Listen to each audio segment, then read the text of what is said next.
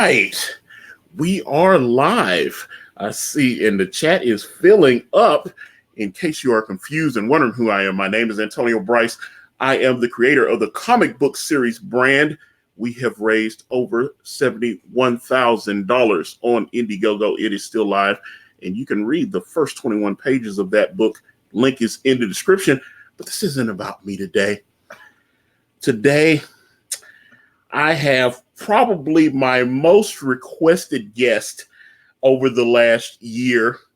And I hesitated asking him to come on because, I don't know, since I get to talk to him and have private moments, I did not want to impose upon our friendship and ask him to bless my channel.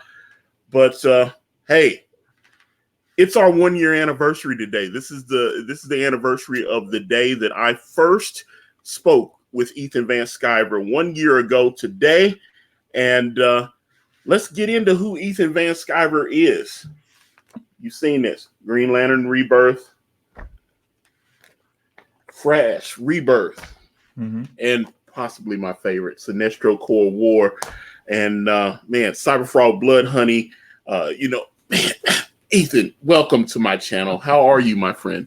I'm good. I'm happy to be here. I like being on the other end of the interview. It's kind of fun. Usually I'm in your seat, Yes, you are. And you've been very generous with your time with me, and you've definitely helped me and been a mentor. And like I said, I was a little nervous. I was like, I don't know if I want to have Ethan on just yet. And, I want to get my swag down a little bit better before I just bring the boss man on. So, but I think I'm ready now. You've been doing this for a year. You've had big guests recently, really, really big guests, much bigger than me. So I'm honored to be here, following in the wake of some rather big comic pros, huh? Yeah, and I hope to continue. I've got more coming. So I have been busy. I have been soliciting the interviews, as they say. But today is all about you, because I've been, I was a fan of yours before all this. I've been a fan of yours for, over 2 decades. I still have my copy of Cyberfrog from Harris Comics. I ordered it through the mail when you could still order. There was a company called American Entertainment, and I ordered. They had a catalog, and I saw Cyberfrog, and I was like, I don't know what this is, but this looks cool. And so I ordered it through the mail, and it came. It was very safely packaged, and when I go in my long box, it's still there. So I was a fan of yours then, and I kept seeing you pop up in Wizard magazine, and I was like, that's the Cyberfrog guy. I was there in the beginning. I was there. So I've been, so this is one of those weird ones, because, I've watched you draw, because I want to talk about so much with your career.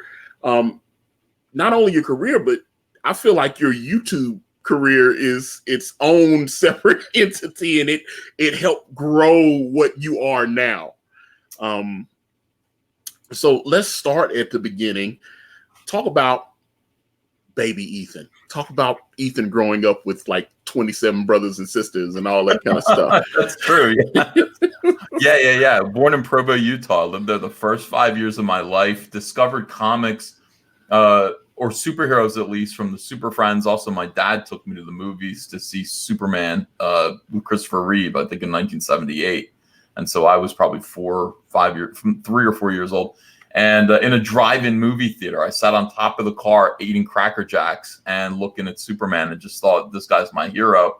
And then comic books started just coming into my life, as usually gifts from neighbors and stuff. They'd buy me like one of those 3 packs that were polybagged, Justice League and Superman. And I was in love with comic books. I treasured them. I used them to, mostly I used them to put silly putty on, but I love the superheroes. I love the big colorful pictures, and moved to New Jersey.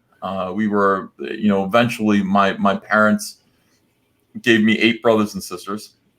I'm the second oldest. I have a big sister named Jenna. And by the way, she was named after Conan the Barbarian's girlfriend in Conan #6 by Barry Windsor Smith. Yeah, my dad was reading that in the waiting room. Conan had a girlfriend, and he in that book, and then he got sick of her and threw her in the garbage at the end. Her name was Jenna, and my dad said, that's my daughter's name. So my big sister was unhappy to learn that later on in life. I don't know. My dad just thought the name Jenna was cool. And just comic books kind of came in and out of my life. I remember buying Star Wars and Ghost Rider. I remember eventually finding Man of Steel #1 and becoming obsessed all of a sudden. Reading Fantastic Four versus the X-Men, I consider that to be pivotal. Chris Claremont, John Bogdanove, Terry Austin. That's when the fire ignited, and I had to have everything Marvel Comics put out. I shoplifted a couple of comics when I was a kid because we just didn't have any money. And it was just like, I remember going, I could just put a few of these in my book bag, and then I got caught. But comics were just absolutely everything to me. And I think I decided when I saw Todd McFarlane on the Hulk that this is what I wanted to do. I wanted to do this for a living. And I looked at pictures of my favorite comic book professionals like John Byrne, and I noticed a trend. I mean, they were all kind of heavy and bald and had beards and wore glasses. And I went, I don't want to be like that. That seems to be where we all go. Well, I'm not going to be like that. I'm here, Antonio. I mean, that happened to me too. But it's been worth it. It's been a crazy, wild ride. Love it. And I finally broke into comics after creating Cyberfrog in the early 90s. Worked my way over to DC, and it's fun. Well, let's go back. Let's go to Cyberfrog, because okay. that's what brought me into it. That's what brought me into it. Like I said, I saw an ad in one of those little mail order magazines, and I just, it had a Cyberfrog in it, and I was like, this art looks really cool. I had no idea who Ethan Van Sciver was, but the concept looked cool, so I bought it. And I bought that, and something called Creed by a gentleman I also understand that by the name of Trent Kanuga. I bought some of the, they had that and something called a arachnoid or something, just like they had yeah, I was buying a lot of indie stuff, Little Cerebus, Gru the Wanderer, that's what I was into right there, watching what would become the Image guys, watching Rob Liefeld on like New Mutants at Marvel, and watching Todd McFarlane on Incredible Hulk, and then on Amazing Spider-Man, Mark Silvestri on X-Men, then going over to Wolverine, Jim Lee coming on. That was what was getting me. I was right there at that right age where comics were just appealing to me, and I saw Cyberfrog, and I was like, oh, and then you just I lost track of you for a little while, and then but I was always buying Wizard, and all of a sudden I started seeing your name pop up in Wizard all the time. And I was like, that's the Cyberfrog guy. So I was like, oh, and then, so you were on like Impulse.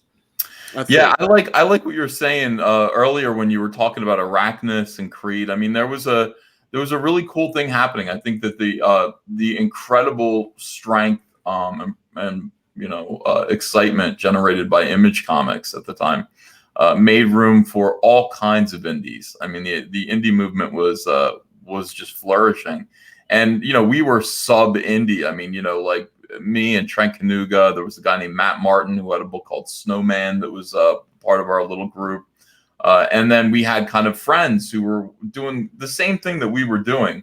Those Arachnus boys, they were great. Those two guys, I think they were brothers. I don't know where they went. I wonder how they're doing. But they had their own series as well, and we would kind of hang out. We all knew each other.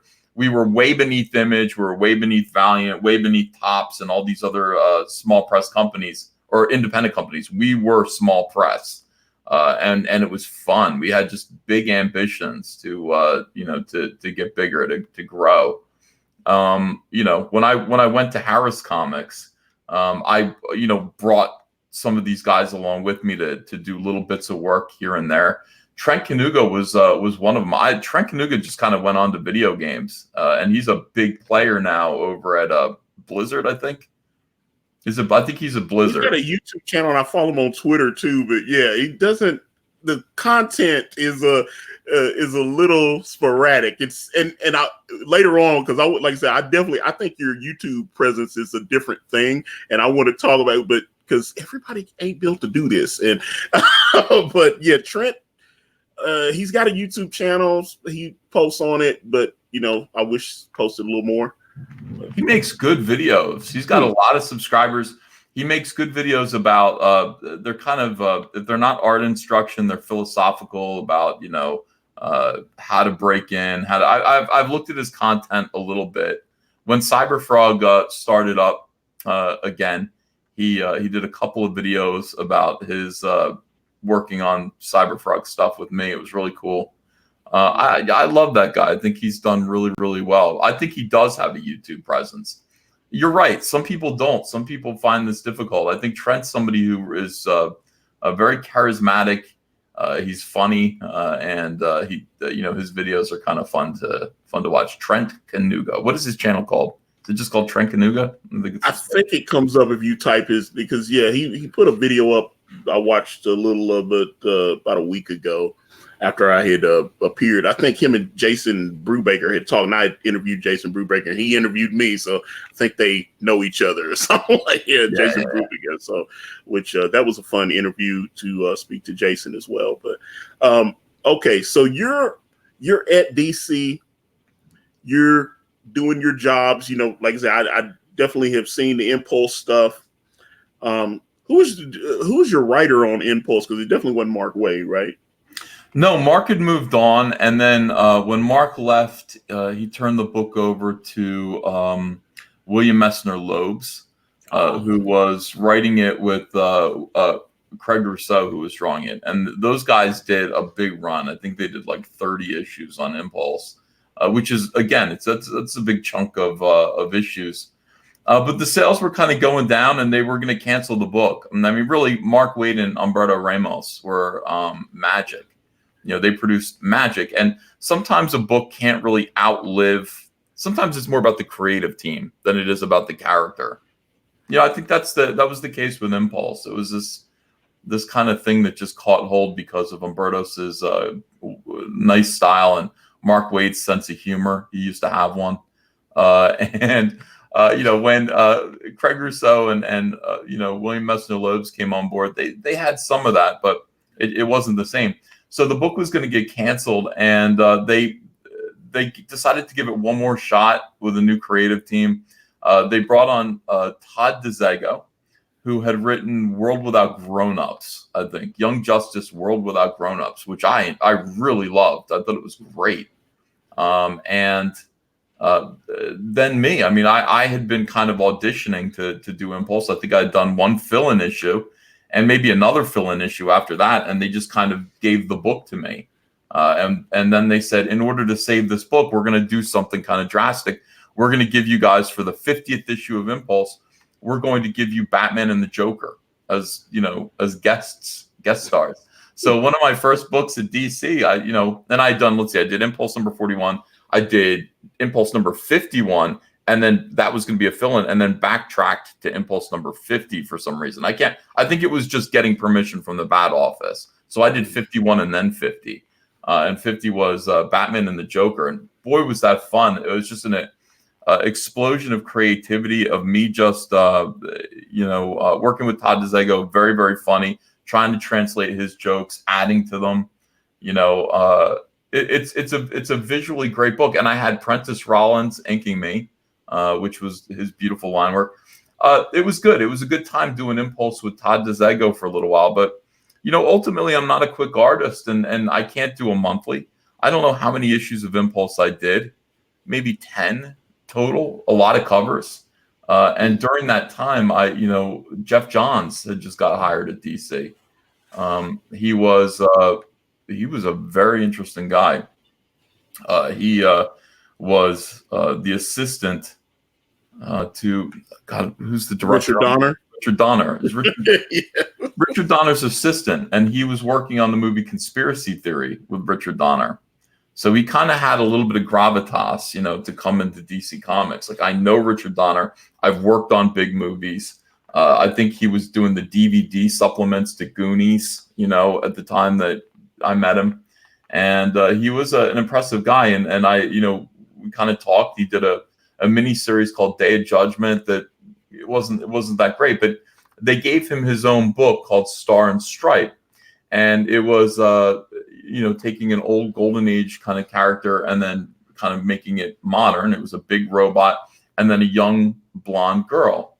And it turns out that this girl, Star, her name was the Star Spangled Kid, was based on his sister. So, my sister died. And I want this character to be like my sister. I named her Courtney, after my sister. I was like, wow, that's didn't ask too many questions about that. When somebody tells you that their family member died, I don't, I didn't really ask him why for some reason, or how this happened or anything like that. And then I saw him on Fox News. Like a month later, he was on Fox, like local Fox television, like, syndicated. And he was talking about his sister Courtney, how he was a guy who was working at DC Comics on this book, Stars and Stripe, which featured a character based on his sister who had died in, the crash of Flight 800. And I got goosebumps. I was like, your sister was on Flight 800, and I called him up and was like, Jesus. I was like, I'm so sorry. I didn't know that. And he said, yeah, she was going on a trip. She was heading to school trip to Paris and, when it all happened. And I don't know. I think that was profound. I think that struck a lot of people right in the heart. That this is what Geoff was doing, and it helped. It gave his book a push. People wanted to see what Geoff had to say about, or how he would portray his sister as a superhero. And then Geoff went on to do Justice Society with David Goyer. David Goyer went on. Yeah. Steven Sadowski and Star Spangled Kid went on to be in that book, and there were scenes where airplanes were about to crash, and Geoff was figuring stuff out. It seemed like it. I remember this one sequence where Star Spangled Kid was on a plane that was being attacked by terrorists. This was all before 9/11, and she figured out, they figured out a way to make the plane not crash. I can't remember the exact thing, but you could tell Geoff had a heavy psychic scar, obviously, that he was working out in his comics. And, we became good friends. We just became good friends and talked a lot.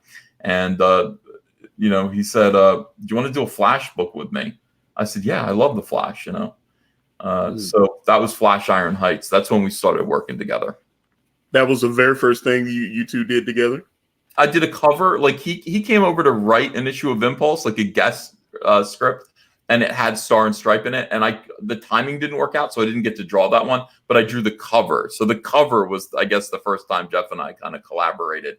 And then Flash Iron Heights was something else. And I just remember, I remember being broke all the time. I remember making about $150 a page, penciling.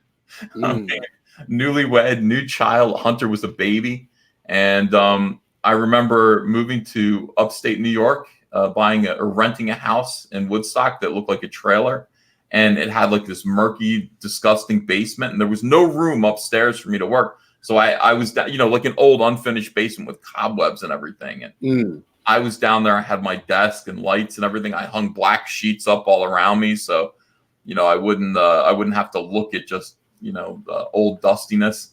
And that was my office. And I'd get on the phone with Geoff and we'd talk about, these characters, these ideas for characters like Murmur. He had this name Murmur, and we, made up our first supervillain this guy had Tourette's syndrome. He confessed all of his killings, so he cut his own tongue out, and that didn't work. So then he sewed his mouth shut.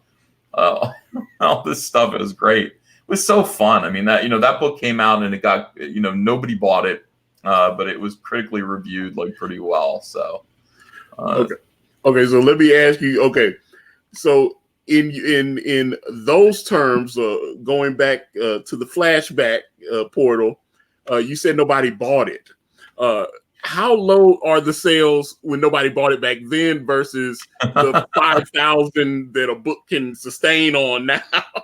The same. You know what's funny? It's like I think that book costs like $12 or something. Maybe it was a prestige format book, and I think it sold 18,000 copies, which was miserable. I mean, we were just like, oh my god, that's awful.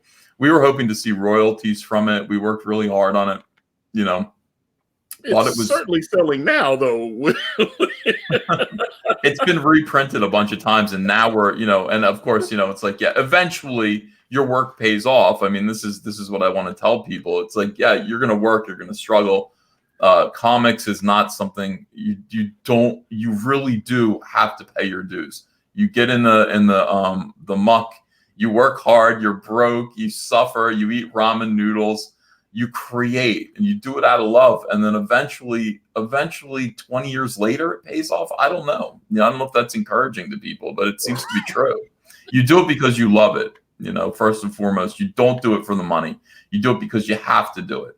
And I spent my 20s and 30s, all of them, every minute of my 20s and 30s, sitting at a desk. Creating stuff, hashing things out, learning to draw, using a pencil, using a ruler, using, Kohinoor rapidographs, and trying to bring stuff out of my head onto paper to entertain people, and to try to get noticed, to try to get people to notice me. Well, let me ask you this, because I started seeing quite a bit of covers with this infamous square here. I started seeing your name. You did a lot of cover work.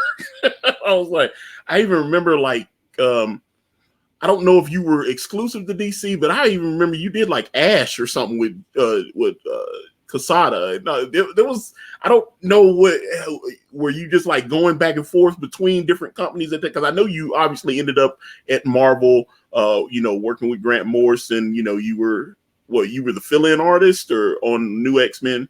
Yeah, I always used to tell people that the best way to advance in your career was just to go back and forth between Marvel and DC. Do great work for DC that gets noticed by Marvel. Do great work at Marvel that gets you noticed again at DC, and then just go back and forth, ping pong back and forth. That's the best way to sort of bounce up the wall, up the ladder, and arrive somewhere where you're, at a good page rate, making good money. I did that, when I was finished. Basically, I drew Cyberfrog until I couldn't draw Cyberfrog anymore. We had a toy deal with Playmates Toys. We had a TV deal with Fox Kids TV. Dan DiDio, who is now president of DC Comics, was the president of Mainframe Animation, and he picked up Cyberfrog, and he was going to do a Cyberfrog animated TV show. That's how I met Dan DiDio. And between those three things, we thought we were going to be rich.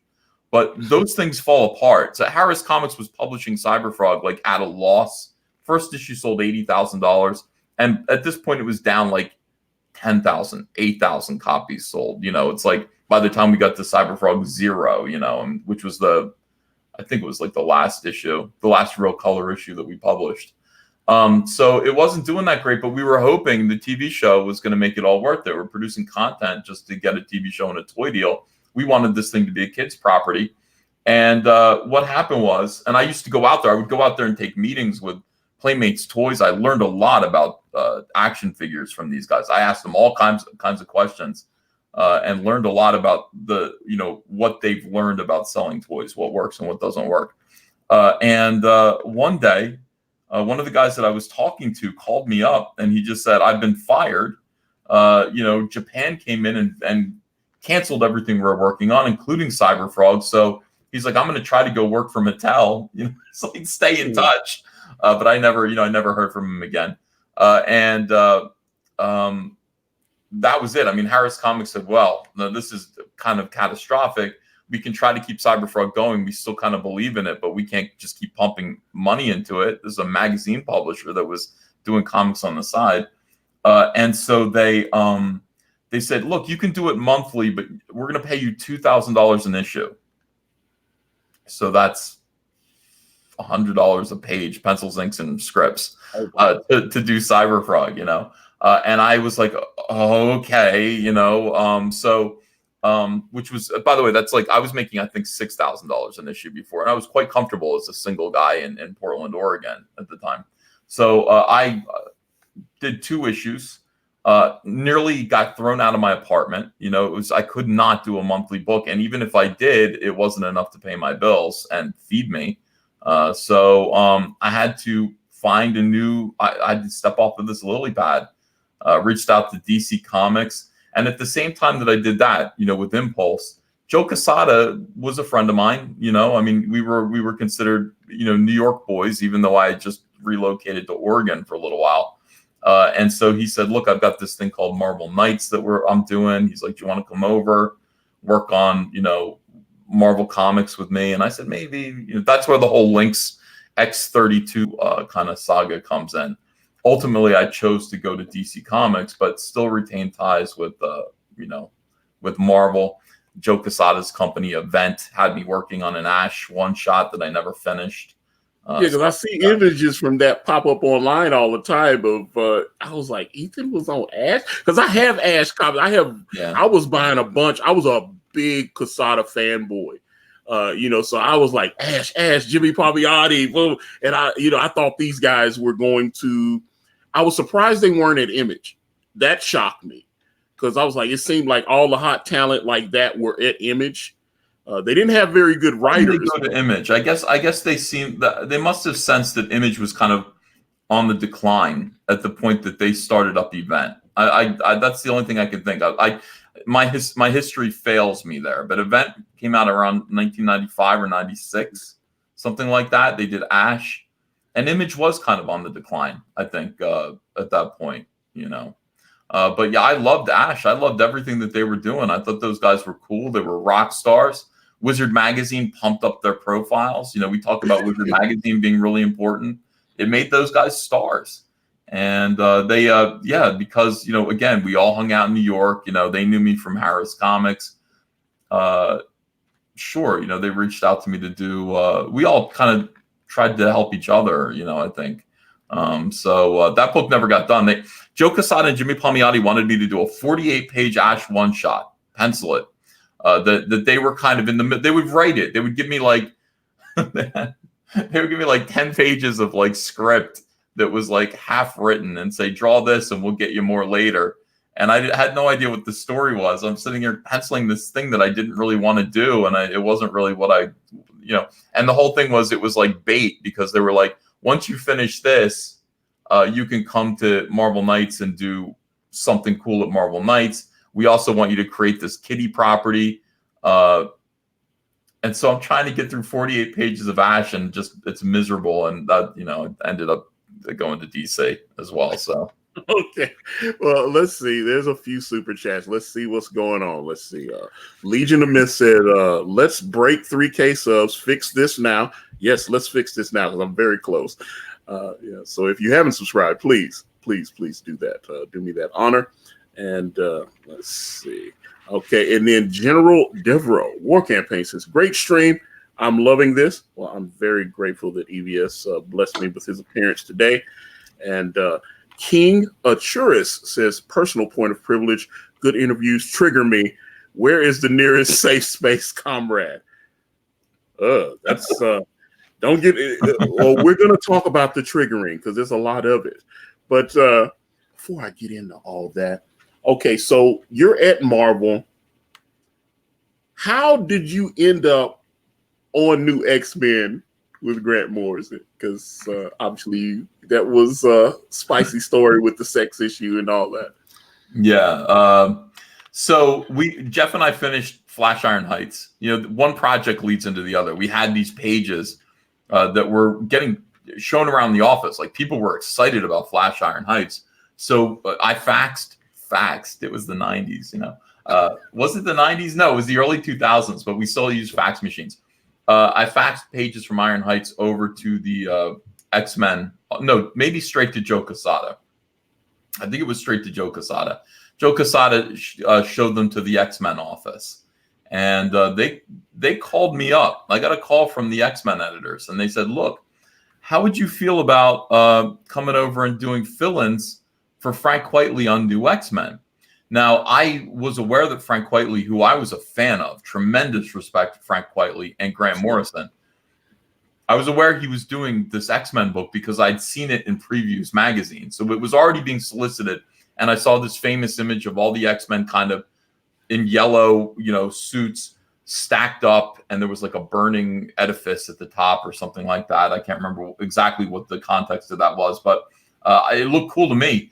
And I said, yeah. They said, well, look, and we're going to talk about offering you an exclusive contract at Marvel. And how many books can you do? I said, I can do 6 books a year. That's my pace. They said, okay, you'll do 6 books a year. We need you to do 2 issues to fill in for Frank Whiteley. And then, because he can do the other 10. So you're going to do 2. You can do 4 issues of something else. Geoff Johns came along with me. And Geoff was like, I'll go to Marvel too if you're going, bro. And I was like, all right. So he went over there. They gave him the Avengers. And then also he and I were talking, like, what are we going to do together? We're going to do a 4-issue project. I said, I wanted it to be Phoenix. I wanted to do Jean Grey. He said, yeah, I'll think about that. I'm not really feeling Jean Grey. He's like, I really like the Morlocks. And I was like, I'm not feeling the Morlocks at all. Like, I don't want to do the Morlocks. And he insisted. He wrote it anyway. I think somebody else drew it.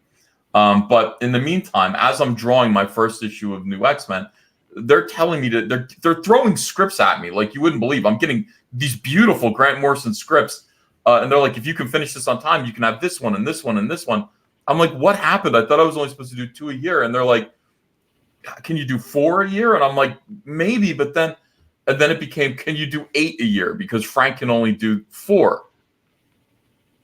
So I was freaking out by that. I said, no, I can't. And they, I can't. And not only that, these scripts are so heavy that, I'm like, they're knocking the wind out of me when I read them. This first one for New X-Men 117 was so sad and so bleak that, like, I literally, I couldn't move when I read it. Grant Morrison is such a writer that, I remember being in a big fluffy brown lazy boy chair reading that script, and I couldn't move when I was done. I felt sick. Everything was like that. They were all so good. Wanted to draw them all, but I needed to spend time on them. So they hired somebody who would pick up the slack for me, and for Frank Whiteley and me, a guy, I can't remember his name. My God, I'm really bad at this, but super fast guy, Igor Corday. Igor Corday could just bust out a comic book in a week and a half, and it looked like shit. Yes, it did. But he could do it, and people all said, "Oh, he's just rushed." Igor was not rushed. Igor chose to do 4 books a month. He could have just done 1 book a month. He could have, slowed down and treated the material with respect, but he didn't want to. He wanted to make money, and so he was like, "Boom, you got it in a week. Boom, you got it in a week." I'm penciling and inking it. And must have raked in a ton of money. Still probably makes good royalties off of those issues, but boy, it looked like garbage. So, in any case, I was working on my. I think I just finished up my first issue of New X-Men, and during that time, all kinds of crazy things happened to me. I met Frank Miller, sat down with him at an empty convention in New York City. He was lurking around. He came and just sat next to me, and we spent all this time together looking at those pages from New X-Men, him telling me about his whole philosophy of the sequel to Dark Knight Returns. It was these are like moments I treasure. Like I feel like I have insight into what he was doing on Dark Knight Strikes Back because I spent time with him one-on-one. And then going to a convention in Philadelphia and seeing this scraggly guy just like sitting on that, like, he looked homeless, like sitting on one of the sofas in the hotel lobby. And so he was talking to Steve McNiven, and I just met Steve McNiven. I knew him. Steve said, "Hey, Ethan, sit down." And I'm like, what's wrong? He's like, "Well, Vince doesn't have a hotel room." And I'm like, "Hey, Vince." He's like, "Hi, I'm Frank Whiteley." Right, that's how I met Frank Whiteley. He just looked like he was so tired. He'd been traveling all night. He didn't have a hotel room.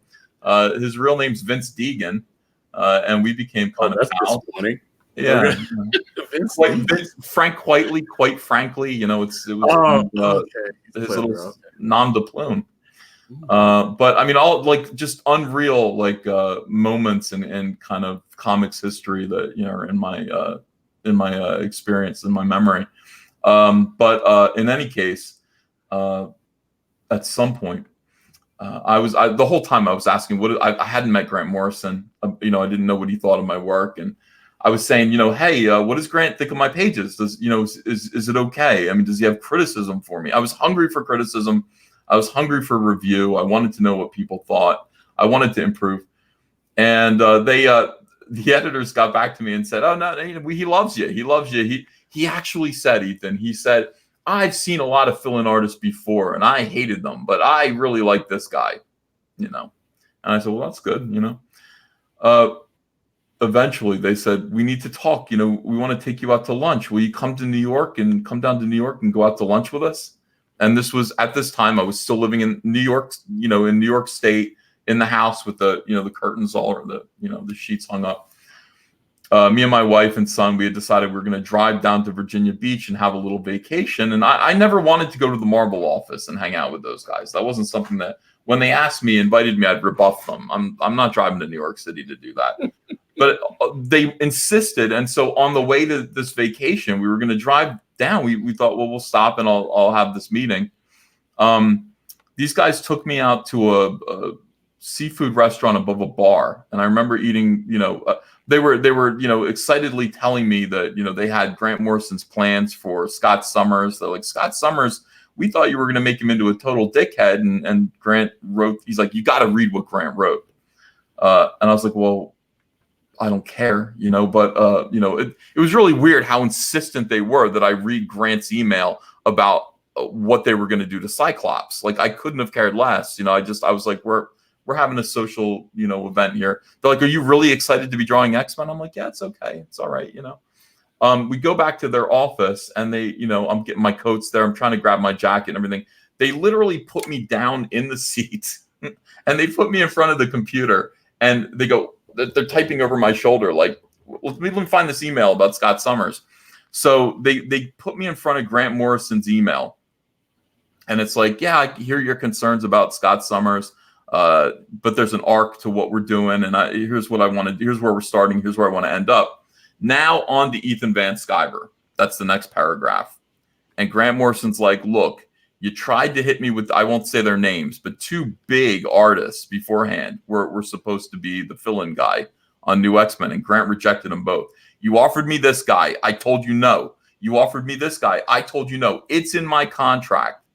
It's in my contract that I get to choose the fill-in artist, and you guys are forcing fill-in artists on me. I know a bad artist when I see one."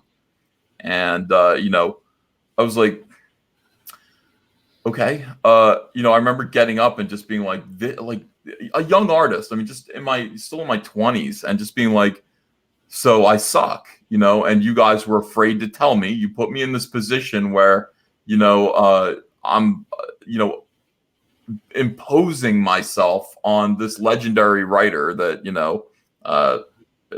very strange. You lied to me the whole time." I remember just like going, I guess I'm a terrible artist, and I said, "I got to get out of here," and got my jacket or whatever it was I brought, I guess my bag, and went to the door. And the whole time they're like, "We're sorry, we didn't know how to tell you." Cowards, these editors. So they were lying to me, and then it's like, oh, this is how they tell me, by showing me Grant Morrison's private email correspondence. So I'm on vacation with my wife of the time and my son. I'm lying on the beach and just thinking, what have I gotten myself into? I signed a 2-year exclusive contract with Marvel Comics, and I'm working with liars for a writer who thinks I suck, and I'm stuck here. Like, I'm stuck in this, and I'm just like, I was happy. I was flourishing at DC. I brought Geoff over to Marvel to make matters even worse. I stuck him with these imbeciles. And then he wants to write something that I don't even want to do. He wants to do Morlocks.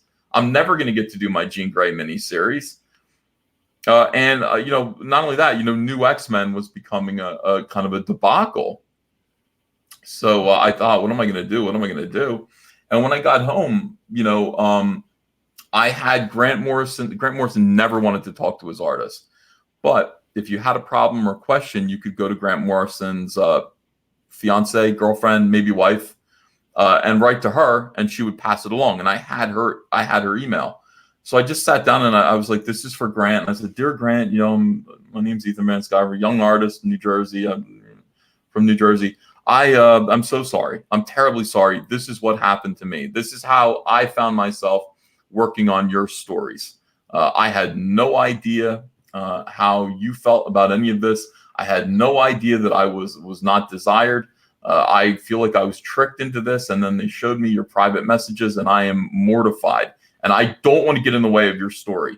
I don't want to get in the way of this is your thing with Frank Whiteley. I will exit stage left, and I just wanted to apologize to you and just let you know that this was not my doing. It's like, so, Grant wrote me back and he said, "Ethan," he's like, "You're not a terrible artist." He's like, I can't do a Scottish accent. He's like, we Scots are forthright, and we can be, we can be cunts. He said, and we can be cunts. Yeah. And he's like, "You're great. Stick around. Let's just make good comics together." And I was like, okay. So we're, at this point, we're like identifying, like, look, these editors are a real problem. And something in me, I was reading about subliminal advertising. And I love that stuff. So here we go. I said, I'm going to do new X-Men 118. I'm going to hide the word sex on every single page of this book. I'm going to put it subliminally on every single page. I'm going to hide it, work it into the artwork in a different way. Just like they used to do in glasses of whiskey, they'd hide SEX in the ice cubes. It supposedly made you want to buy the product more because you associated it with sex. Let me associate this comic book with sex because a lot of people are getting fucked here. So I did, and I let the colorist know, I let the inker know, I let everybody but the editors know that this is what I had done. I didn't let Grant Morrison know, though. I didn't let him know. It's hard to talk to him. It's hard to get a hold of him. Interestingly enough, though, the main character of the villain's name was John Sublime. And so subliminal, sublime. Grant thought I did this on purpose to accentuate his story, but I didn't. I did it to just be a goofball. And let it go. It made it past the editors. It saw print. And then 2 months later, I tipped off Wizard Magazine. And you could still find, it's like all this stuff. I wish I had every issue of Wizard so I could go through my career and all the monkey business. Oh, they wrote something on. I remember I had that issue and I was like, and so that made me want to go find the issue. I thought that was so funny. So, they're like, somebody told us. No, I did. I tipped them off and they ran an article and then everybody kind of went berserk about it. Now, after that, I did an interview. Was it after that? Let me get the chronology of this right. Anyway, no, that was later. Okay, so they eventually those editors were fired, which was a good thing. They should have been fired. I don't know what the circumstances were. I'd like to think that probably they had a history of being dishonest with a lot of creative people that they were working with. And since then, I was like, good. And, Mike Martz came on board, his assistant. They were great. Mike Martz is just a power editor, super guy. Again, coach. Like, he's like a sports football coach or something like that. So he's great. Like, he's awesome. And we were able to just continue. But by that time, my attitude had kind of soured. And I started to notice that it felt like I was being, it felt kind of weird. I did a cover of the X-Men, just their busts and their own various poses. They started to put out statues of these, like they sculpted all of these, and they credited them to Frank Whiteley. And I was like, well, why would you do that? Why would you put on the box by Frank Whiteley? That seems weird. Like, that's my artwork. Like, manifestly, that's my artwork. Why wouldn't you just say, by Ethan Van Sciver? And they said something really weird. They said, well, he created the costumes. I said, do you credit every Spider-Man, statue that you put out with Jack Kirby and Steve Ditko? Like, I don't understand. Like, so they kind of grumbled about it. And the third one that they put out, they went, by Frank Quitely, with the designed by Ethan Van Sciver or something like that, like a half measure to kind of appease me. And I was like, you guys are dicks. Like, you guys are being dicks. That's not cool. I would like a statue. This was my first statue. I'd like to send it to my mom, with my name on it. And it's like, you guys are, something's up here. And then they kept doing weird things. Like, they would sit there and like mirror reverse all my covers, when they went to print and stuff from the original. It all felt like kind of monkey business. So in any case, my attitude about working for Marvel kind of soured. And Joe took me into his office. I remember Joe Quesada called me into his office, and he just said, "Look, I can promote Igor Corday. He's really fast. I can't promote you. You've done 5 books this year. This year you should have done 6." And I was just like, "Yeah." He's like, "I think maybe we should part ways." And I was like,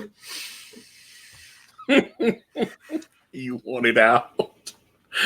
So I was like, "Yes, I agree." And I just called DC. I was like, "I'm back, bitches." And they, immediately Geoff Johns came back too, and we did Hawkman together real quick. And then Joey Cavalieri was editor there. He had this Batman Catwoman extended project that he gave me, written by Annie Nocenti, who I love. I love Annie Nocenti. I have spoken to her. Yes. Yeah, she's great. So I did that with them, and that led to meeting Dan DiDio came on board. Like, everything just kind of aligned. Dan DiDio became president of DC Comics, or EIC of DC Comics, and I was working on this book, which it took me a year to do 98 pages. So those of you who think I've slowed down with Cyberfrog, it's my pace. Ultimately, it's the way I go when I'm doing a great project. When I'm doing shit, it's a lot quicker. But the Batman Catwoman was just fantastic artwork. Dan DiDio saw it, and it gave him the idea to offer me Identity Crisis, which then he gave to Rags Morales and put me on Green Lantern. Hal Jordan Rebirth, which became Green Lantern Rebirth with Geoff Johns, and all was right with the universe from then on. Well, that clearly, Green Lantern Rebirth, that seems to be, I've heard you say that Geoff told you'd be signing that for the rest of your life. This is a master class in storytelling right here. I've read this so many times. Just brilliant. It's well written. That's the thing that I get upset with when people talk about Kingdom Come. And a lot of times they just talk about Alex Ross's art, which was beautiful, but his work was beautiful with Kurt Busiek on Marvel's as well. Mm-hmm. But if it was written poorly, I wouldn't keep going back and reading Kingdom Come. And this is why this is beautifully illustrated. We know you can do that, but Geoff blessed this with such prose. It is so well written. That's the great thing about DC characters, is that they're heavily laden with symbolism. They're more like icons than they are actual real people.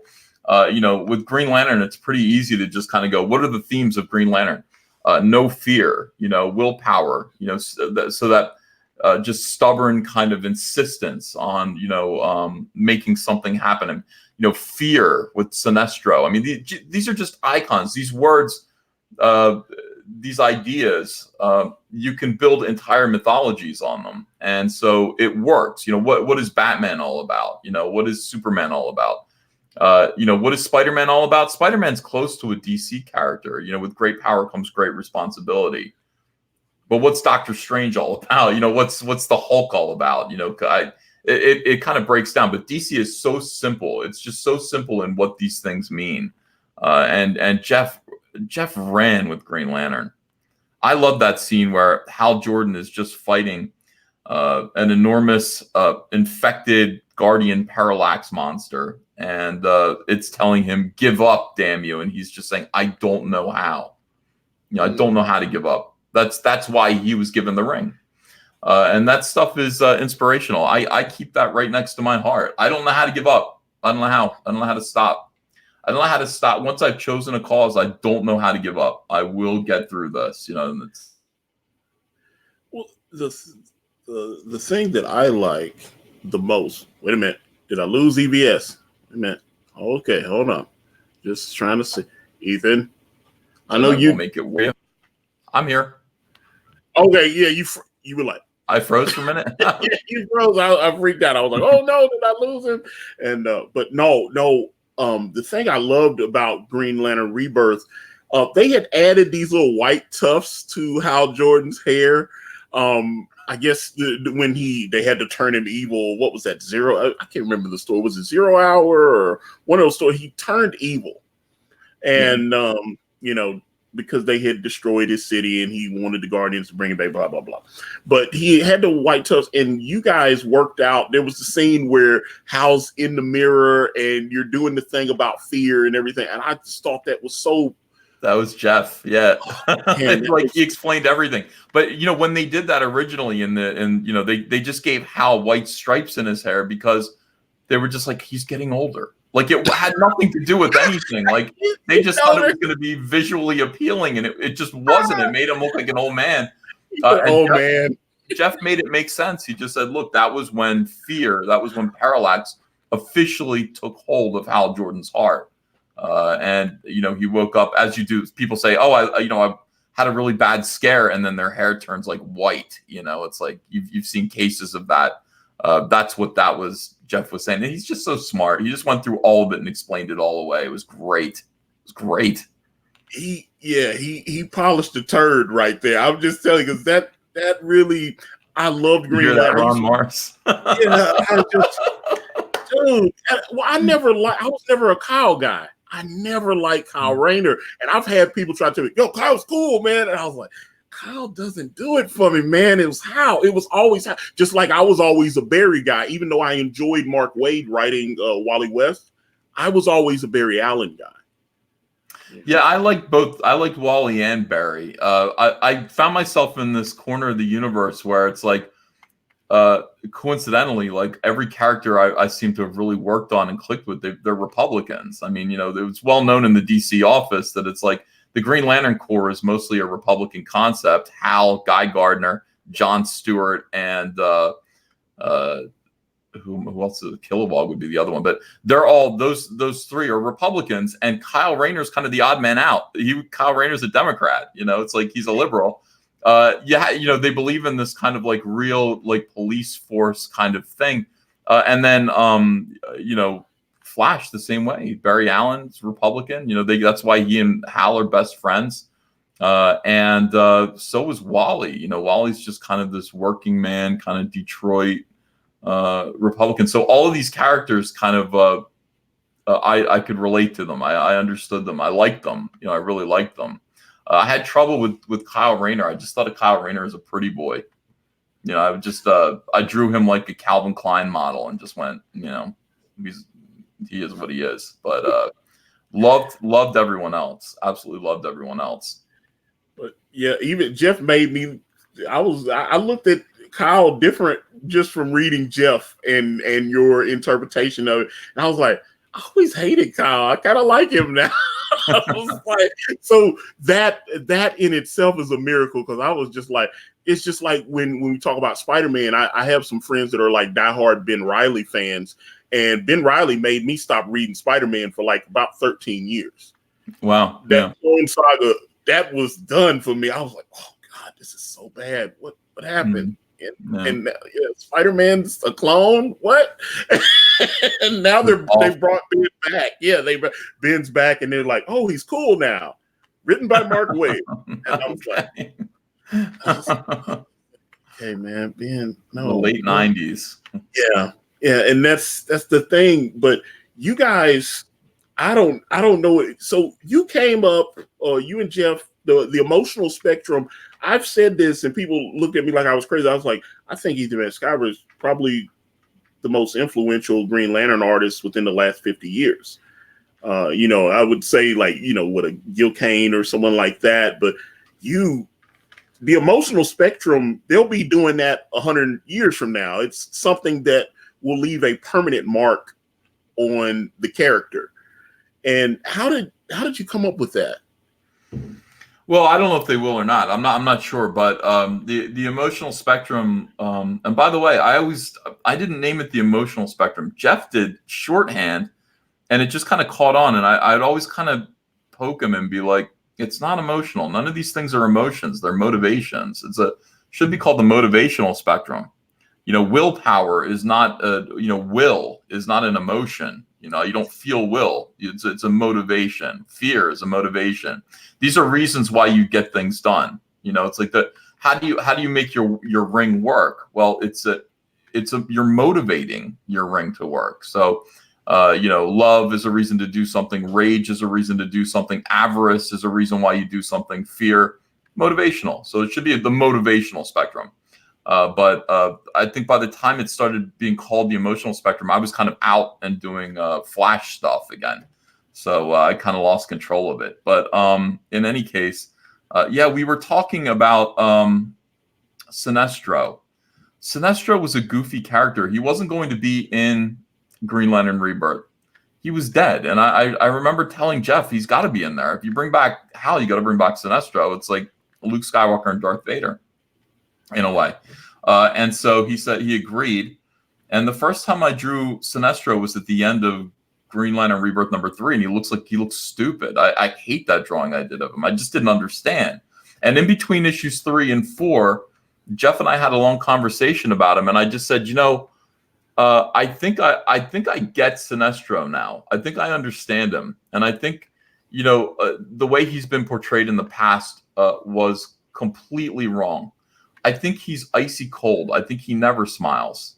I think he doesn't really move. Like if he doesn't, like he would never get physical with somebody like Kyle Rayner and get into a punching match with Kyle Rayner. He sees Kyle Rayner as a rat. I mean, he's like Sinestro is king. And so this sort of thing had to come across in his face.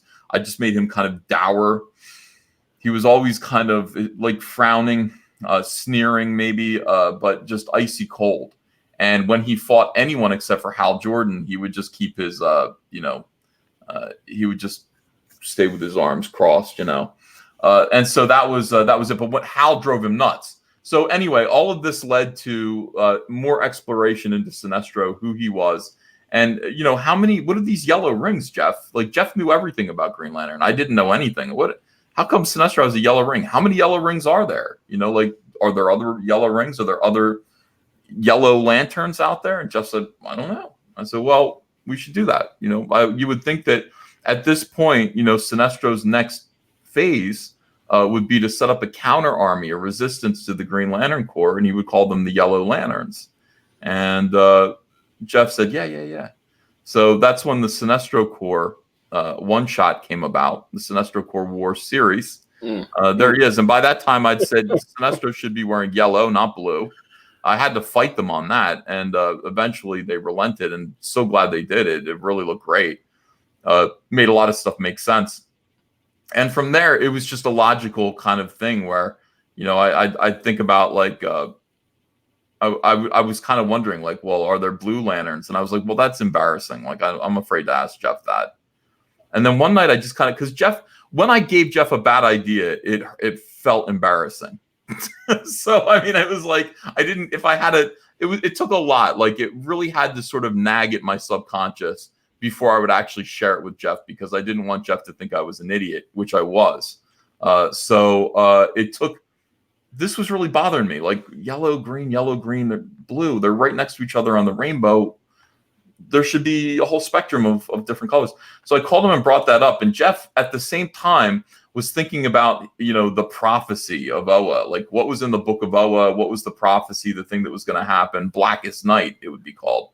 So I hit him with the blue lanterns should be hope and red lanterns should be rage and all this. These were all, my thoughts. He loved that. And he said, yeah, then we got to have black lanterns.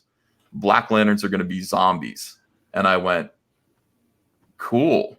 I guess they're going to be white lanterns. And he said, yeah, like black will be death and white will be life. And I said, it's funny because all the colors together make white. That's how it is. I mean, if you refract light out, it becomes colors. Push it all together, it's white light. So, unfortunately, we're gonna have a white power ring, Geoff. And he goes, oh no, we'll find our way around that. But in any case, and I never worked on any of that stuff. The White Lanterns, I still don't understand what he ended up doing. In Blackest Night, right? Blackest Night and Brightest Day, mostly. I think Brightest Day was all the White Lantern stuff. In any case, yeah, I sat down and he, we had this idea that we're going to be, we figured out what every color was. Red was rage, orange was avarice, yellow was fear, green was will, blue was hope, indigo was compassion, and then violet was love. Yeah. Like crazy love. It wasn't a positive kind of love. It was kind of like almost obsessive love. That was one thing Geoff wanted to make clear. Okay. The Star Sapphires weren't exactly good guys.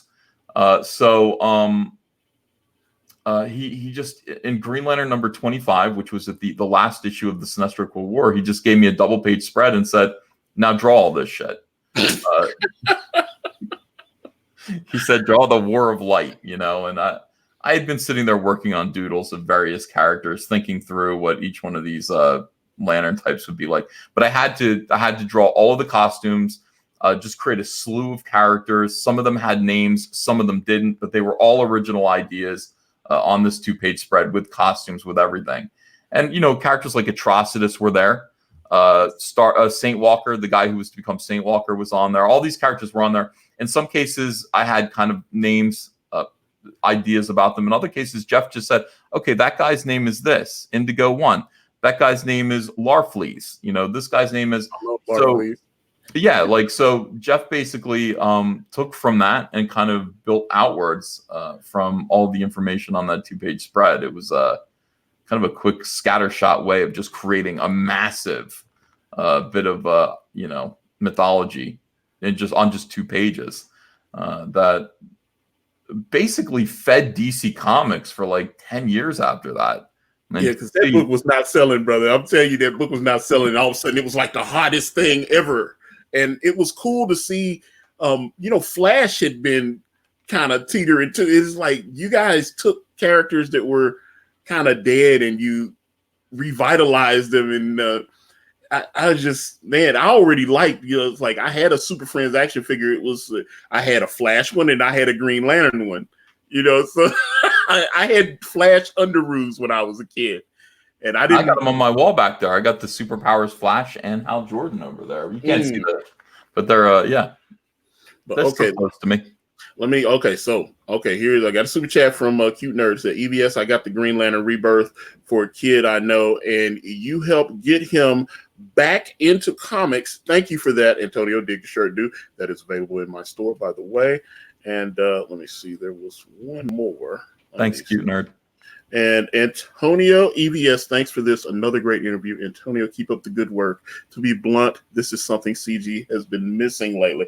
Well, we're getting there, because this is kind of like You Bet Your Life, or one of those shows where he's like, I want to unpack EVS. I want to know the real EVS. I want to talk about. That was my Tim Doyle face. Wait, I can do that.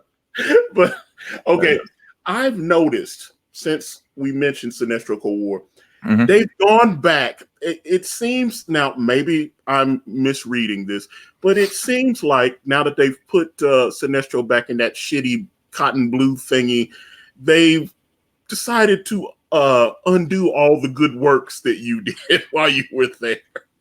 Well, look, maybe it ran its course. I mean, everything kind of changes kind of get spun backwards all the time. I honestly think, Sinestro was perfect the way that we had him. We had him down 100% accurate. Yeah. But look, we got new creators. New creators should go back to the source material and then work from there. When they want to do their own thing. And Grant Morrison and, it's like Liam Sharp. They're going to do what they do. I don't know if it's a company edict or not.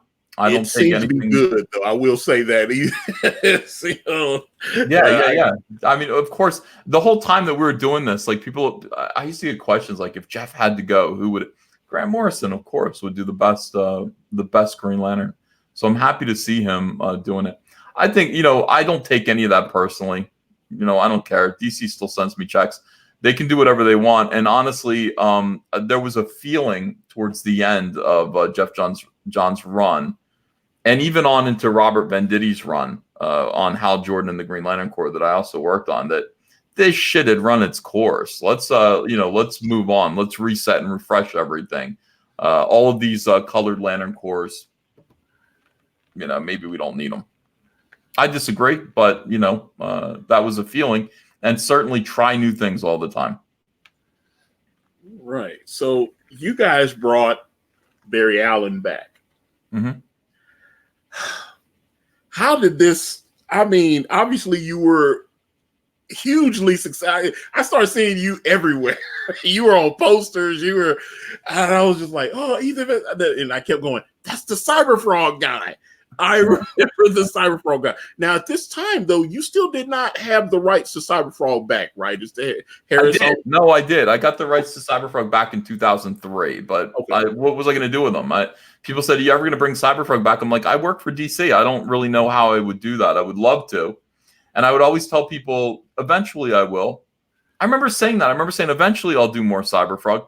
And when I was saying that, I didn't really believe it. I didn't realize that Cyberfrog, it wasn't DC that was going to make me perhaps independently wealthy. It was going to be Cyberfrog. Harris Comics had the rights to Cyberfrog as long as they published one issue every 2 years. And the last issue they published was 2001. And that was one of the 2 monthly books that I did. When they sat on those 2 issues of monthly. One of them was Amphibionics #1, which is colored by Kyle Ritter now, and you're going to get it as a bonus for the Blood Honey, campaign. But they sat on those. They released that one in 2001, and then after that, they didn't have anything to publish. So 2003 didn't see a Cyberfrog book, and I got the rights back. Okay, so let's just blow this whole thing up. So, because we know you're a legend. You Eisner nominated, New York Times best-selling artist. You have been successful. No one can deny this. So you go off on your own. It looked like at the end of your Green Lantern run, you were kind of getting bored. You were wanting to do something else. Obviously, you were preparing to relaunch Cyberfrog with Blood Honey, which you very successfully did on Indiegogo. About $870,000 or more. Which I have the links to the current Cyberfrog Blood Honey campaign and the Vampirella variant for #1 in the description there if anyone is interested in purchasing some of Mr. Van Sciver's wares.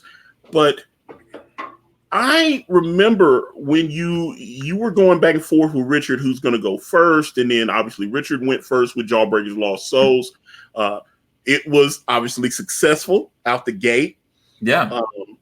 And then you launched and you doubled what he did.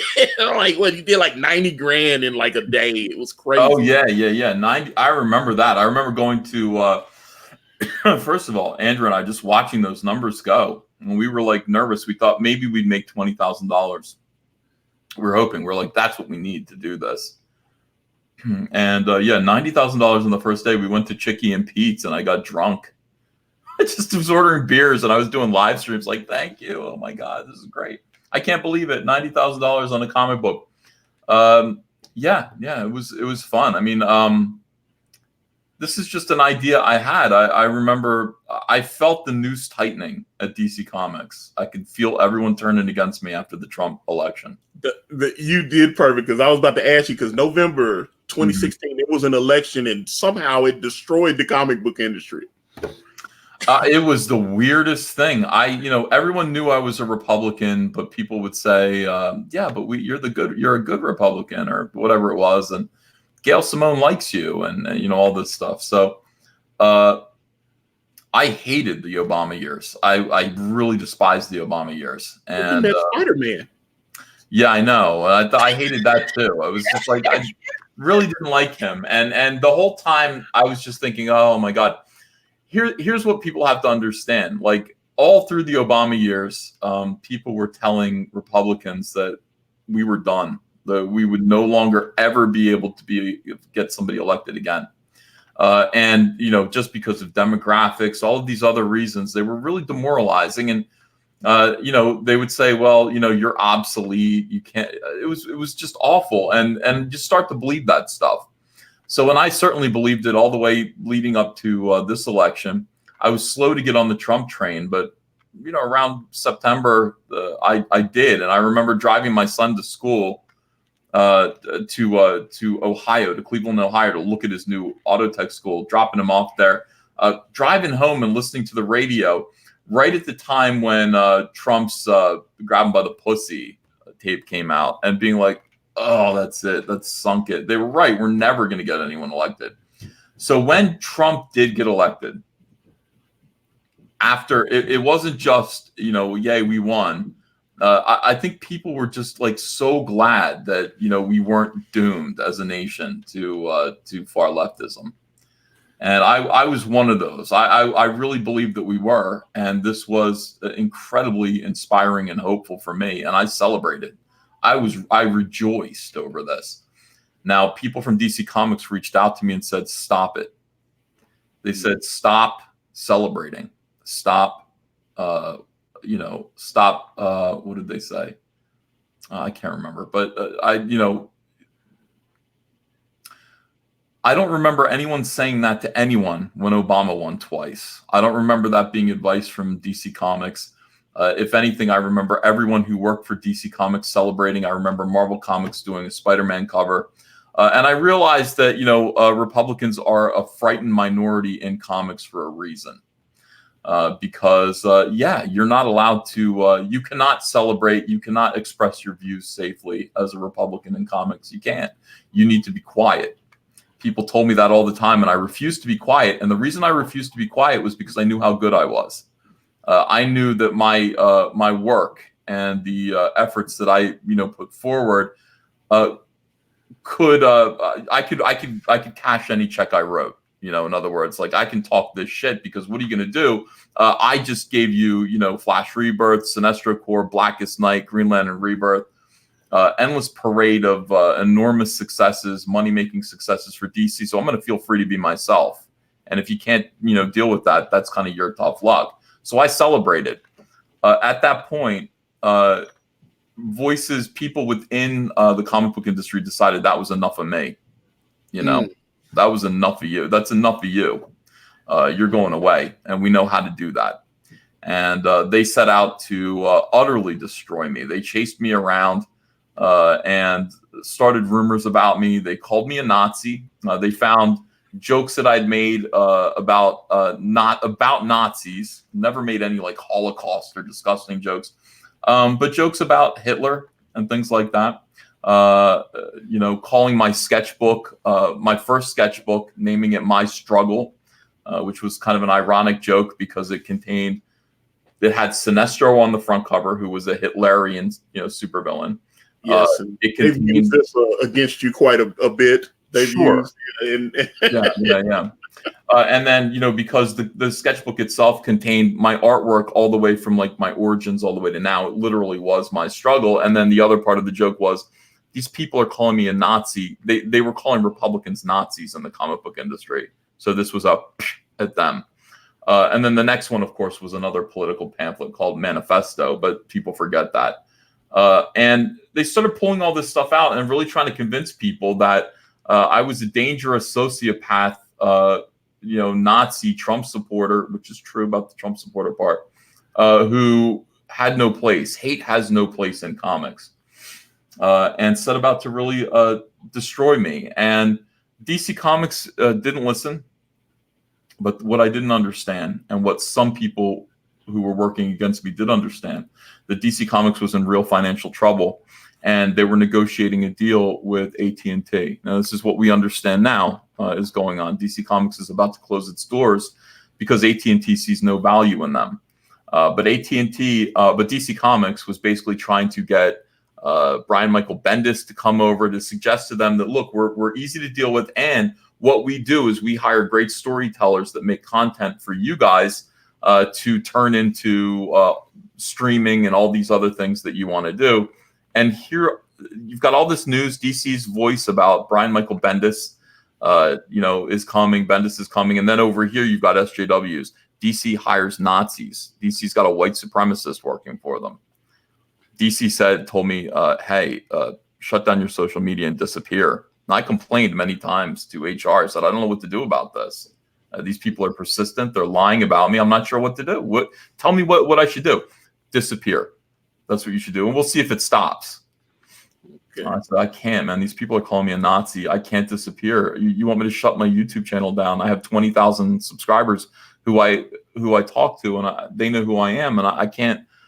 I need this to counter this message, or else I'm going to be forever smeared as a white supremacist, which I find, I personally find intolerable. I can't tolerate living like that. So I told them no, and they said, well, you need to, and I said, well, we've got to go our separate ways. On my way, I said, how many more books do I have to do? They said, you owe us like 4 more books. So I did 3 of them. On my way out the door, I talked to Dan DiDio, and I just said, look at this. Like, we've known each other and we've worked together for a long time, and I feel like I'm getting zero support from you. And he said, and I've never really said this before, Antonio. Oh. Dan said, come back in June. Come back in June. I said, well, why? He said, so I didn't know why. He didn't explain that. In June, Diane Nelson was fired. In June, the AT&T deal closed.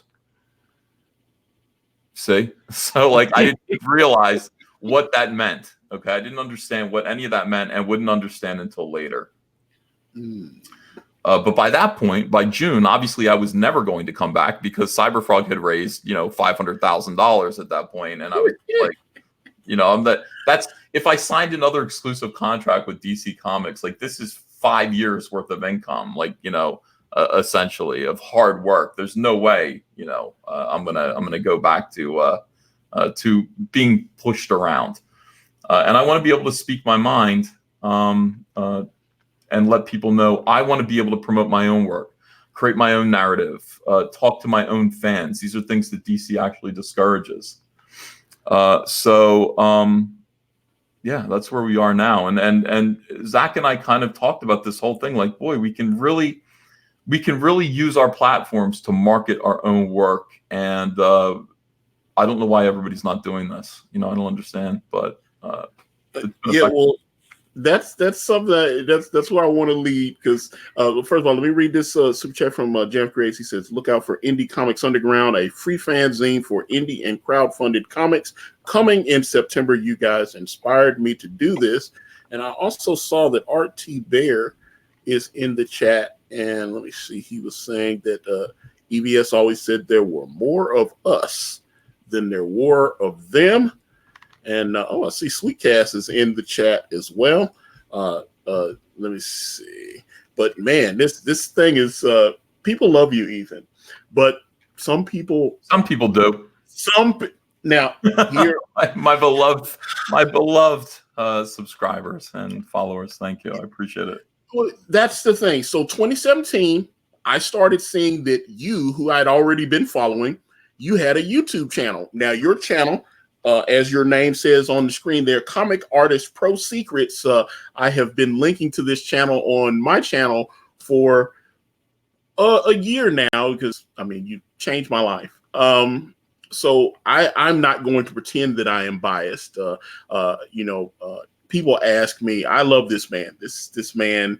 I love you too, brother. That's amazing to hear you say that. Thank you. I'm glad. But your channel, I subscribed, you had about 3,300 or so. You didn't have, and then you got like a steroid injection. I saw there was like a Rose Tico video. Yeah. No, it was, what it was? I watched The Last Jedi. And first of all, I've been a Star Wars fan since I was 3 years old. It's just important to me, but I don't really talk about it. I watched Star Wars The Last Jedi, and it had such a profound effect on me that I went on a 2-hour rant on the live stream, and it blew up my channel. And I remember Comicstorian said to me, he said, follow your analytics. Don't listen to what your fans say. And that was controversial advice. Don't listen. You're going to hear all kinds of feedback from people who are going to tell you they want you to do this with your channel, that with your channel. That's not how to make your channel grow. Just look at the numbers, follow your analytics, and that's how to make your YouTube channel grow. So when I saw that every time I talked about Star Wars, my views were quadruple what they were when I talked about comics, I went, I'm going to talk about Star Wars more. Now, this was part of, and by the way, I absolutely enjoyed it. The other thing about that was me and Andrea would talk and she'd be like, it feels so good to get like, you've got this whole new community. Like Star Wars people are normal. They're normal. It's like they're not toxic and sick like the comic book. Like it feels so good to be away from comic book, people and back towards a community that seems a little bit more sane. This was during the whole, Comicsgate, we're going to kill Richard C. Meyer stuff. It was just insane. It was absolutely insane. Star Wars just seemed like, these SJWs are ruining Star Wars. You can agree or disagree. It didn't seem diabolical. So it seemed healthier to be talking about Star Wars as well. I thoroughly enjoyed it. And then I would talk to Zach and I'd say, I think we talk about where did the comic book fans go? Where did they go? They used to be buying comics. Where are they now? Where are the people who used to buy comics every week that don't anymore? And of course, they're still geeks, but they went over to other subcultures. They kind of went over to Star Wars, Doctor Who, Game of Thrones. You can find these guys. You can find, they're in the gaming, and find them, bring them back, encourage them to pick up your comic book, find them where they were, bring them back to comics if you can. And that's what I did. I don't think I was really fully aware of that. That's what was happening until it was happening. And I was like, oh, magnificent. Star Wars is just, everyone loves Star Wars. Everyone loves Star Wars. And I would definitely like to do a Star Wars off with you, because Star Wars to me, although the new stuff, I liked it with even the stuff that was so supposedly bad, like the prequels. It was coming from George Lucas, and that's, I would always get into these arguments online or, with various friends. I was like, okay, you think the prequels are bad. I look at it as one big story. Now, if you watch everything and you don't like the story that George told, then that's one, that's a different thing. But I think, at the end of the day, this was George Lucas's story, and he had a beginning, a middle, and an end. And I feel like as the creator of something, you have the right to tell the story the way you want, whether it's the computer effects, all that. Because some people's like, I like the more practical stuff. I like Star Wars, and you can definitely tell that George's vision, they don't give a shit about it anymore. They're just doing whatever they want. And I want the old Star Wars back, and that doesn't make me a bigot. I just think that they had a chance. The Disney did something that people just aren't going to be able to forgive. I mean, they had a chance with The Force Awakens to reunite, Han, Luke, and Leia, and they blew it. And why did they blow it? I don't know. Stupidity. Now it'll never happen again. And I compare that to like a Beatles reunion. It's almost like it's 1980. It's November of 1980, and you've got a chance to get John, Paul, George, and Ringo on a stage together. And for some stupid reason, you don't do it. It's like you bring them all out individually. We're going to get them all back together again in January of 1981. John's dead. You blew it. You screwed up. And history is going to judge them harshly for that. You can't. Carrie Fisher's gone. Harrison Ford won't be Han Solo ever again, he says. That's a crime. That is a crime, and it's inexcusable. It's just it shows an incredible disconnection from the fans. It shows some selfishness on their parts, and they weren't interested in servicing the long-term fans of Star Wars. They were only interested in using those characters. Manipulating the love of those characters in order to launch their own new woke fake flat characters like Finn, Ray, and Poe. And Rose too. If I'm being, I know that's blasphemous, but yeah, I got to be honest. I didn't really like Rose. Nobody likes Rose. I mean, I like Rose. Ironically, I feel bad for Rose, but she's an awful character. She's terrible in the movie. The movie is just, it's sick. The Last Jedi is a sick movie. It's mentally ill, and look, it killed Star Wars. So we're going to see that. I mean, even now they're starting to acknowledge the fact that, yeah, look, we're lying about the theme park. It's not doing very well. We might have to close it, rebrand it. All this stuff. The toys aren't selling. Disney, if you own stock in Disney, you'll notice that it dropped 5%. It's like, it's Star Wars. SJWs destroy everything they infest. Everything. You have to fight them. Well, you definitely fight. So let's do this. Okay, so Joe Frago for $2 says, "Yay, two of my favorite humans." Well, thank you for that. And Jam Creates, he says, "My 13-year-old daughter loved the first 6 movies. She hates the new ones, and it's supposed to be the audience that they're going for." Very true. And that's I really feel like they've lost their way, and I don't know how. I saw that the 2 Game of Thrones guys that just signed that big Netflix deal that they're supposed to be doing the Old Republic, which is one thing that I was surprised. I was like, why isn't anybody doing the Old Republic? The Old Republic extended universe stuff looked like it was. I was like, oh my God, there is so much material there that is cool. Yeah. And why aren't they doing no girl power? Yay, women. Saw that. So your channel exploded. You did the High Council. You found people like Cecil that have become stars within this community. And then on August 11th of last year, I received an invite to appear on your channel. I think you had about 68,000 subs at that time. Obviously, you have grown to 132,000. I had maxed my credit cards out. I was down to my last $84. And within 24 hours, I raised about $4,000. I'm getting choked up even saying this. Why did you help me? Because I don't know. I don't know, Antonio. I saw your video, and I saw that you were somebody who was a comic book creator.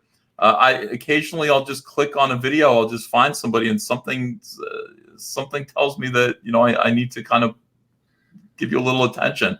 But you had made this really sweet video where you were like, I'm about to sit down and watch Ethan. You point of view camera shot. You were stirring up some gumbo. So I'm making gumbo. I'm going to sit down and watch Ethan Van Sciver. This guy's great. And I didn't know very much about you, but I love the idea that you were making gumbo and you were going to watch my show. And I wanted to find out more about you. That's pretty much the main reason. I'm so glad too. I'm so glad.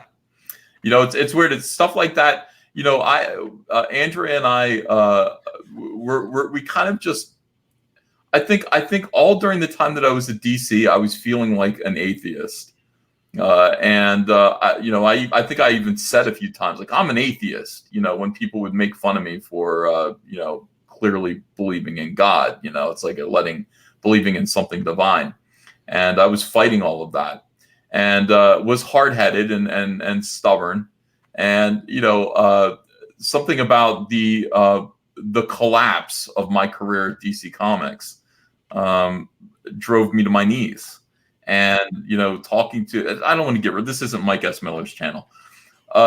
Talking to, Andrew and I are in the basement. We're exercising. We're both feeling shell-shocked about the events that we're caught up in.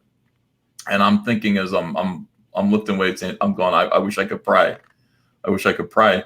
And Andrea got off of, she's on the elliptical. She says, by the way, we've never done this before. We don't talk to each other like this. She says, do you want to pray with me? And right at the moment that was going through my head, Andrew and I have a psychic link.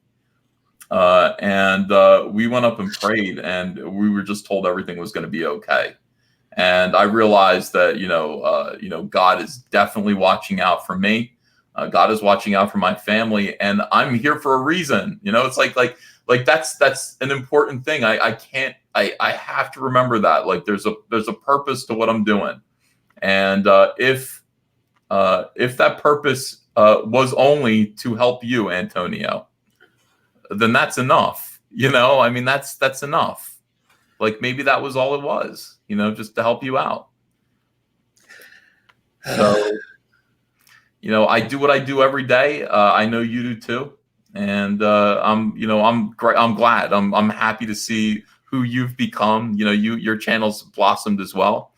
You've got an opportunity to communicate with people and to share your gifts and your talent, make some good money, and make some good associations and friends. And that was definitely, that came from that one moment where Andrew and I just knelt down and prayed. Well, I didn't want to end this without doing a little more shilling. I got these because someone said, I tweeted out the link to the Vampirilla variant, and someone said, hey, I'm not giving Ethan another cent until I get my Cyberfrog in my hands. And that's fair, but you fulfilled these, and they were very well done. So that was easy. Was easy. I had to give you more money, so I backed the Cyberfrog variant, and I was very proud that I was the #1 backer on there.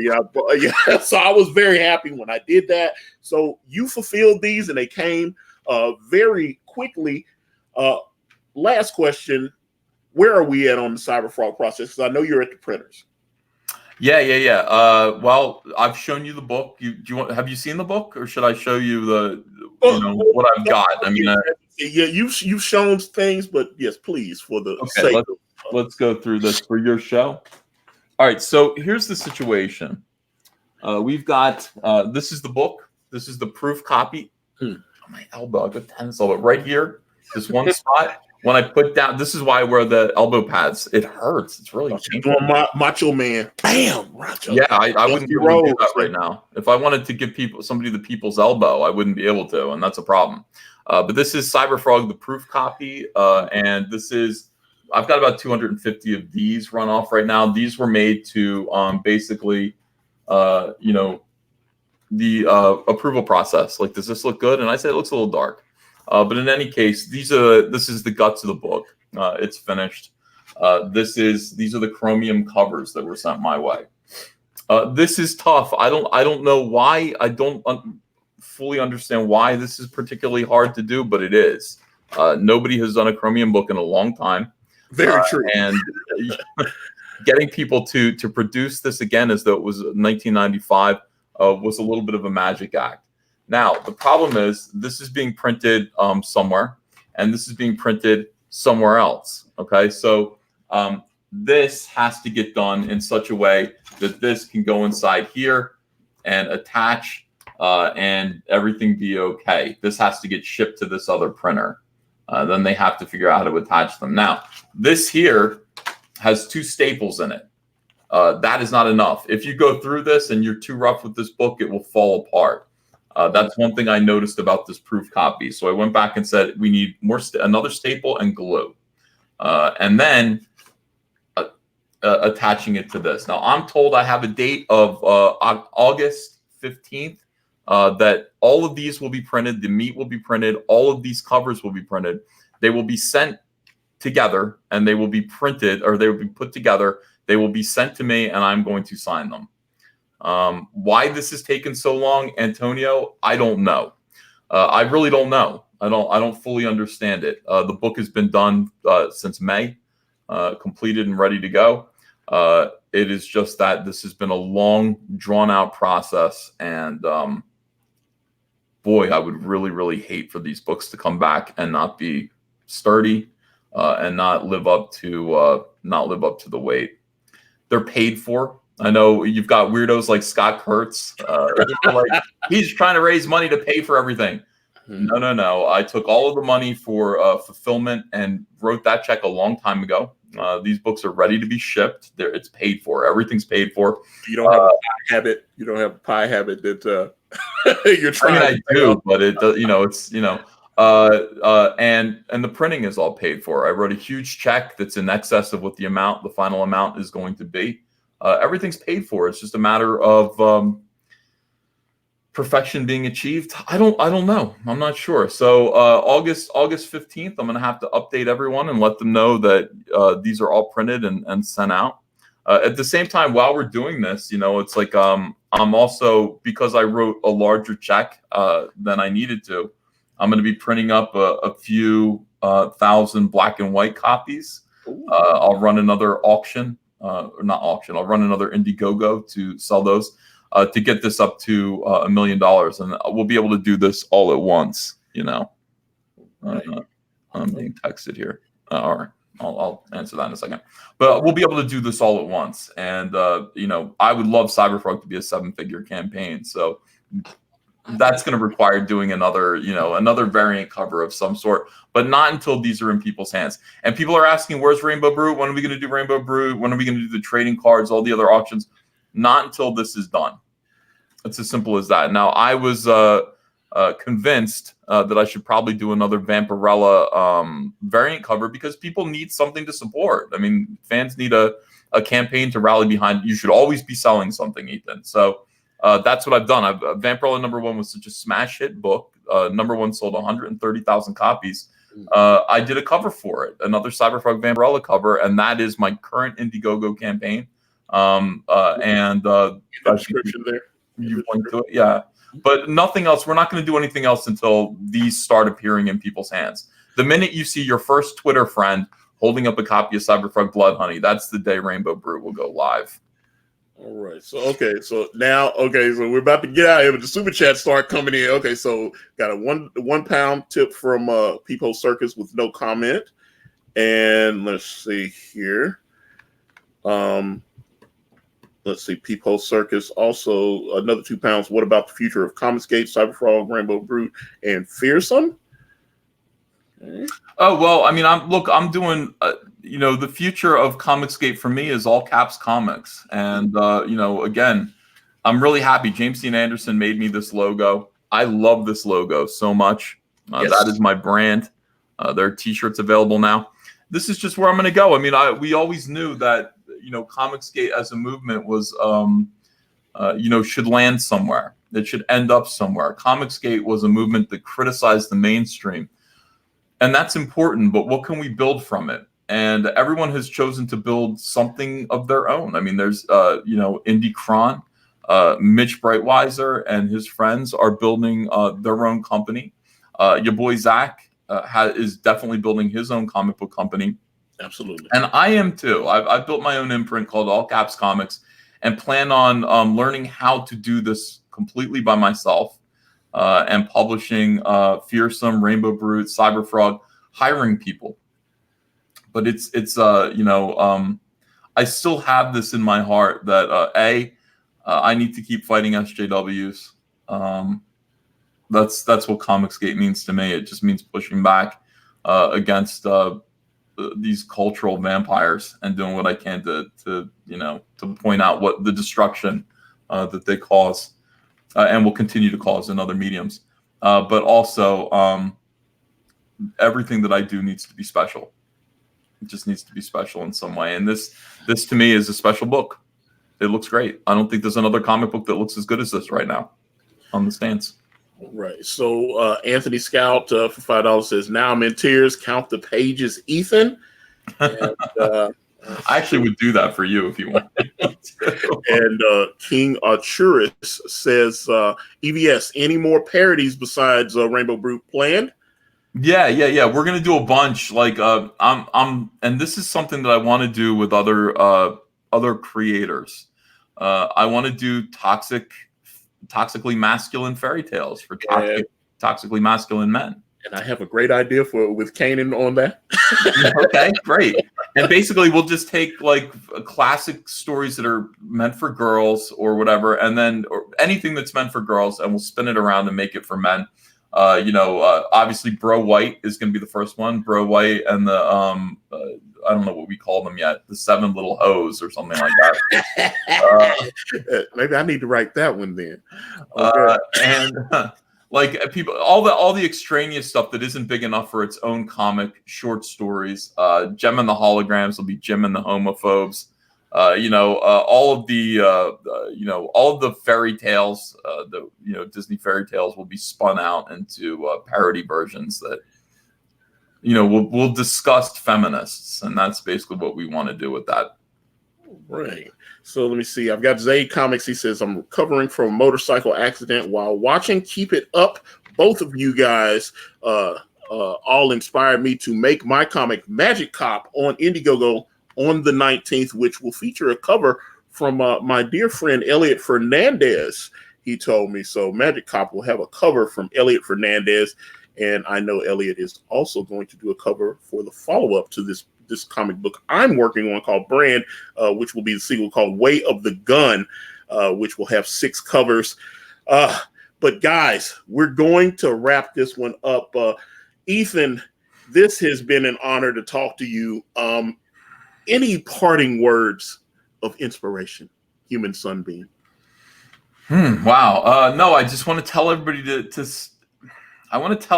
to continue loving comic books, even when times are weird and tough and scary and odd, and when we're fighting with each other. I think ultimately we have to remember that we need to love one another, because we're all in this together. We're all trying to make better comics for each other, for ourselves, and I don't think there's any divide between us that we couldn't build a bridge over. Let me be that bridge over total bullshit. Well, all right. I will walk over that bridge. But all right, guys. My thanks to Ethan Van Sciver. He has been extraordinarily generous with his time today. But we're going to get out of here. But if you want to reach out to me, I'm on Facebook, Instagram, Twitter, and right here on this YouTube channel. Everywhere is at Akari Press. And if you type in akaripress.com, it will take you directly to my Indiegogo campaign for my comic book series Brand with the phenomenal Kanan White. We're on Teespring. We're on Amazon.com. The links to those are in the description. Get that Cyberfrog Vampirilla variant. Get Blood Honey. Back Rainbow Brute. I'm out. Bye, everyone.